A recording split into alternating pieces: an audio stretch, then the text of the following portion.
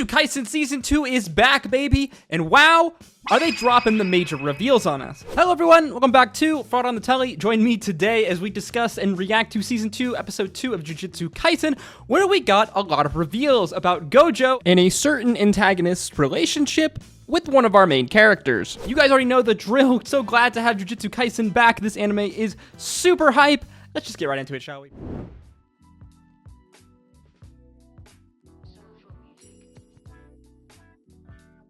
Last left off in Season 2, we are in a kind of flashback arc into the story of Gojo and our main boy, Gojo. In our flashback here, they are currently in Jujutsu High right now and are assigned to a very important task, the collection of the Plasma Star vessel, aka Riko-chan, this girl. She is kind of the vehicle in which Master Tengen can become immortal, as every 500 years, apparently he needs, I guess, a soul or a person that is, well, I guess to put it bluntly, sacrificed in order to concurrently lead into his immortality. This just so happens to be this girl, this middle schooler, Riko-chan. Wait, she's in middle school?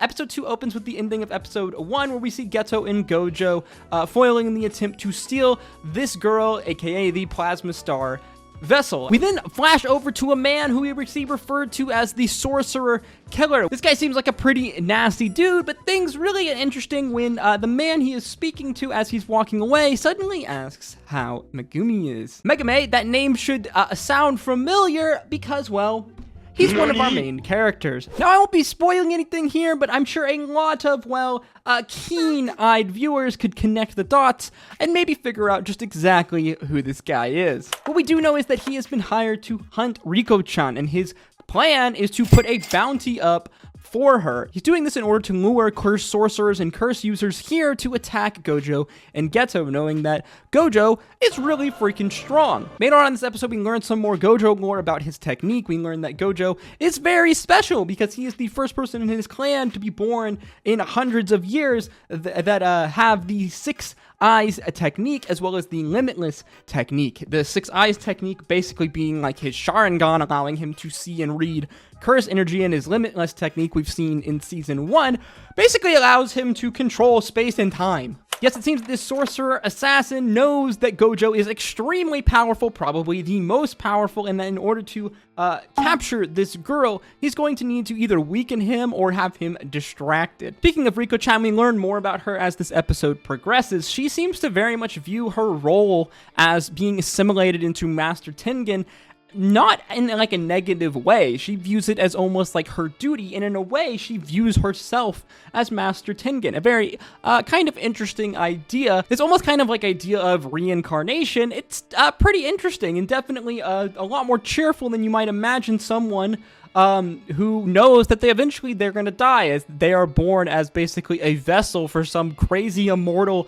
curse sorcerer. From here, we follow Geto, Gojo, and Riko-chan to her school, as she wants to live one final day as just a normal person, getting to say goodbye to her friends before she, well, becomes assimilated. I like to imagine it like she's gonna get sucked up like Majin Buu. It was this really cool scene here of this overgrown pool. I really love the way they animated this scene. Tons of great animation, as always, with Mappa and with Jujutsu Kaisen. We're going to get more into the amazing animation here in a second because we had some fight scenes. Yes, that's right. The curse sorcerers are hunting Riko-chan at her school. We see this fun fight scene between Geto and this old guy. This fight scene was really fun. We see this old guy trying to think that he's 5-head, kind of monologuing in his head about how he's going to do all these different moves and how he can read Geto and his weaknesses, when suddenly he gets hard ego checked. He comes flying out of nowhere when they hit us with again a kind of reversal, once again when he suddenly gets dropped into basically a genjutsu spell as he sees his childhood dog buying Geto enough time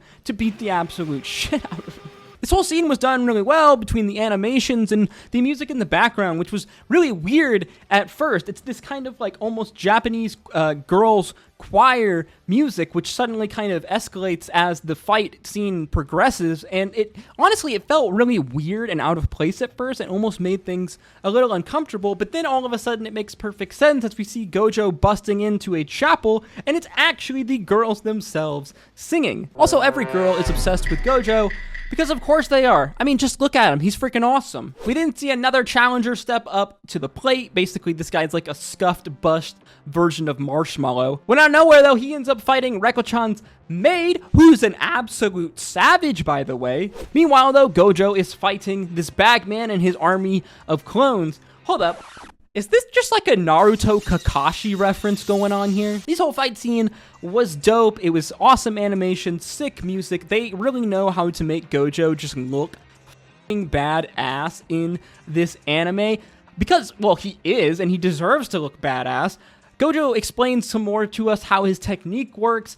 Honestly, I just really love these scenes and just how they looked. I love the way they use this reflection on his glasses, the way they use slow-mo, just all these little details in these mini explosions, stuff like that. These scenes were awesomely drawn in the manga themselves, but there's really so much little extra detail that Mappa adds here in the animations, not to mention the music goes a long way, but all this little reflection of light, motion, the speeding up and slowing down, just all of these little things that can really only be done through adaptation into animation and full-on movement, and it was just mwah, it was just so good. This anime is absolutely gorgeous. Oh, also, I love how much of a freaking dork Gojo is. We see that he has this like super giga amazing technique, but then all of a sudden out of nowhere it doesn't work, because of course it doesn't, because he hasn't been able to master it yet. Hopefully our episode ends on a cliffhanger as we see that Reko-chan's maid has been kidnapped.